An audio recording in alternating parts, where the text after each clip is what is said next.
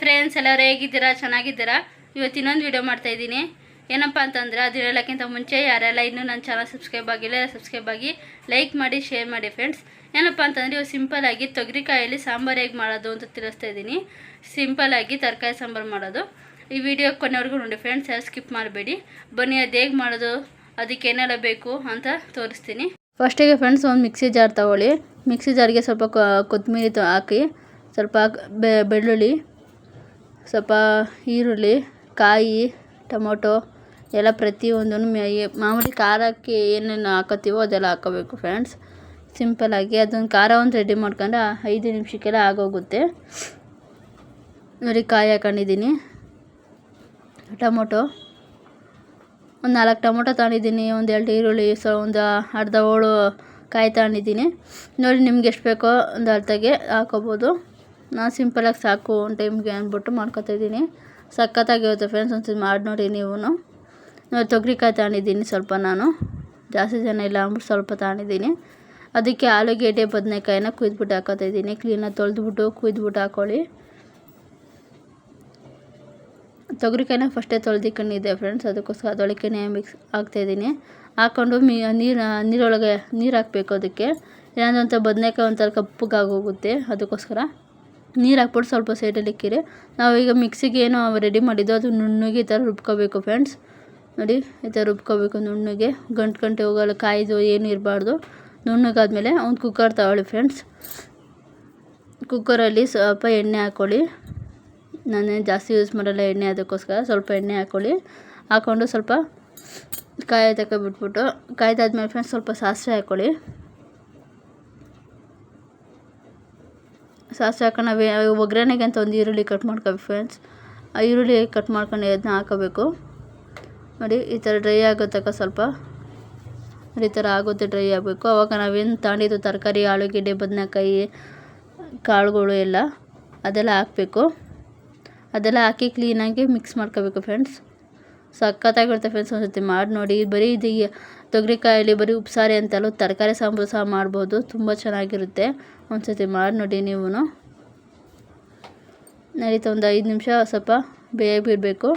ಬೆಂದಾದ್ಮೇಲೆ friends ನೋಡಿ, ಈ ಥರ ಆಗುತ್ತೆ. ಈ ಥರ ಆದಮೇಲೆ ಸ್ವಲ್ಪ ರುಚಿಗೆ ತಕ್ಕಷ್ಟು ಉಪ್ಪು ಹಾಕೋಬೇಕು. ಅದು ಸ್ವಲ್ಪ ತರಕಾರಿಗಳಿಗೆ ಮತ್ತು ಕಾಳುಗಳಿಗೆಲ್ಲ ಸ್ವಲ್ಪ ಉಪ್ಪು ಎಲ್ಲ ಆಗಬೇಕಲ್ವ, ಅಂಟಬೇಕು. ಅದಕ್ಕೋಸ್ಕರ ಸ್ವಲ್ಪ ರುಚಿಗೆ ತಕ್ಕಷ್ಟು ಉಪ್ಪು, ಸ್ವಲ್ಪ ಅರಿಶಿನ ಹಾಕೊಂಡು ಕ್ಲೀನಾಗಿ ಮಿಕ್ಸ್ ಮಾಡ್ಕೊಳ್ಳಿ ಫ್ರೆಂಡ್ಸ್.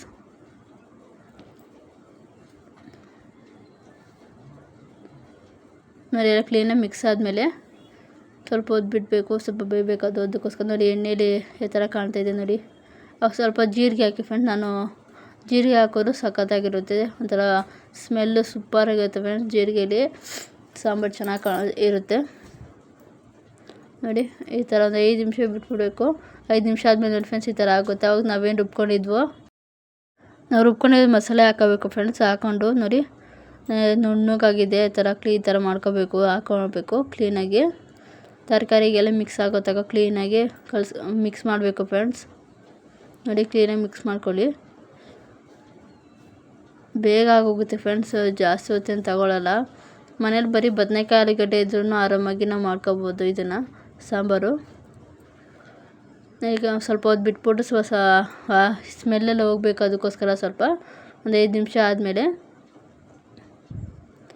ನೋಡಿ ಫ್ರೆಂಡ್ಸ್, 5 ನಿಮಿಷ ಆದಮೇಲೆ ನಾವು ಸ್ವಲ್ಪ ಮಿಕ್ಸಿಗೆ ನೀರು ಹಾಕ್ಕೊಂಡು ಕ್ಲೀನಾಗಿ ಒಂದು ನಿಮಗೆ ತೆಳ್ಳಗೆ ಬೇಕಾ ತೆಳ್ಳಗೆ ಮಾಡ್ಕೊಬೋದು, ಗಟ್ಟಿಗೆ ಬೇಕಾ ಗಟ್ಟಿ ಮಾಡ್ಕೊಬೋದು. ನಿಮ್ಗೆ ಅಳತೆ ತಕ್ಕನಾಗಿ ಸ್ವಲ್ಪ ಸಾಂಬಾರು ಮಾಡ್ಕೊಳ್ಳಿ. ನಾನು ಸ್ವಲ್ಪ ತೆಳ್ಳಗೆ ಮಾಡಿದ್ದೀನಿ, ಯಾಕಂದ್ರೆ ಅದು ಬೆಂದರೆ ಸ್ವಲ್ಪ ಗಟ್ಟಿ ಆಗುತ್ತೆ, ಮಸಾಲೆ ಹಾಕಿದ್ದೀವಲ್ಲ, ಅದಕ್ಕೋಸ್ಕರ ಸ್ವಲ್ಪ ತೆಳ್ಳಗೆ ಮಾಡ್ಕೊಳ್ಳಿ. ನೋಡಿ, ಈ ಥರ ಆಗಬೇಕು. ನಾನು ತೋರಿಸ್ತಾ ಇದ್ದೀನಲ್ಲ, ಈ ಥರ ಆಗಬೇಕು. ಈ ಥರ ಆದರೆ ಕರೆಕ್ಟಾಗಿ ಗಟ್ಟಿಗೆ ಬರುತ್ತೆ ಫ್ರೆಂಡ್ಸ್. ಆದಮೇಲೆ ಸ್ವಲ್ಪ ರುಚಿಗೆ ತಕ್ಕಷ್ಟು ಉಪ್ಪು ಹಾಕ್ಕೊಳ್ಳಿ. ಉಪ್ಪು ಹಾಕ್ಕೊಂಡು ಕ್ಲೀನಾಗಿ ಮಿಕ್ಸ್ ಮಾಡ್ಕೋಬೇಕು ಫ್ರೆಂಡ್ಸ್. ಕ್ಲೀನಾಗಿ ಮಿಕ್ಸ್ ಮಾಡ್ಕೊಳ್ಳಿ. ಮಿಕ್ಸ್ ಮಾಡಿಕೊಂಡು ಫ್ರೆಂಡ್ಸ್, ನಾನೊಂದು 3 ವಿಸಿಲ್ 4 ವಿಸಿಲ್ ಕೂಗಿಸ್ತೀನಿ. ನೀವು ಎಷ್ಟಾಗುತ್ತೋ ಅಷ್ಟು ಕೂಗಿಸ್ಬೋದು.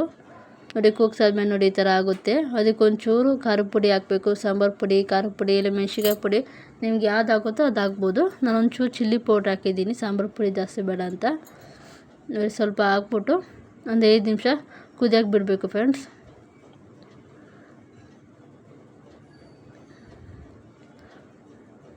ನೋಡಿ ಈ ಥರ ಕುದಿ ಆದಮೇಲೆ ಅಷ್ಟೇ ಫ್ರೆಂಡ್ಸ್, ಒಂದು 5 ನಿಮಿಷ ನೋಡಿ ಈ ಥರ ಕುದೀತಾ ಇದೆ. 5 ನಿಮಿಷ ಬಿಟ್ಬಿಟ್ಟು ನೋಡಿ ಈ ಥರ ರೆಡಿ ಆಗುತ್ತೆ ಫ್ರೆಂಡ್ಸ್. ಜಾಸ್ತಿ ಹೊತ್ತಿಂತ ಆಗೋಲ್ಲ. ನೀವು ಬೇಕಾದ್ರೆ ಇದಕ್ಕೆ ಹಾಕೊಳ್ಳೋಂಗಿಲ್ಲ ಅಂದರೆ ಖಾರಕ್ಕೆ ಹಾಕೋಬೋದು, ಖಾರದ ಪುಡಿ ಎಲ್ಲ. ನಾನು ಇದಕ್ಕೆ ಹಾಕೊಂಡಿದ್ದೀನಿ ನೋಡಿ ಫ್ರೆಂಡ್ಸ್. ಈ ಥರ ರೆಡಿಯಾಗಿದೆ ನೋಡಿ, ಸಕ್ಕತ್ತಾಗಿದೆ ನೋಡೋಕ್ಕೆ. ಟೇಸ್ಟು ಚೆನ್ನಾಗಿರುತ್ತೆ ಫ್ರೆಂಡ್ಸ್. ಒಂದ್ಸತಿ ಮಾಡಿ ನೋಡಿ, ತುಂಬ ಇಷ್ಟ ಆಗ್ತದೆ ನಿಮಗೆ. ಫ್ರೆಂಡ್ಸ್ ನೋಡಿದ್ರಲ್ಲ, ಈ ವಿಡಿಯೋ ಯಾರಿಗೆಲ್ಲ ಇಷ್ಟ ಆಗಿದೆ ಅವರೆಲ್ಲ ಒಂದು ಲೈಕ್ ಮಾಡಿ, ಶೇರ್ ಮಾಡಿ, ಸಬ್ಸ್ಕ್ರೈಬ್ ಆಗಿ ಫ್ರೆಂಡ್ಸ್.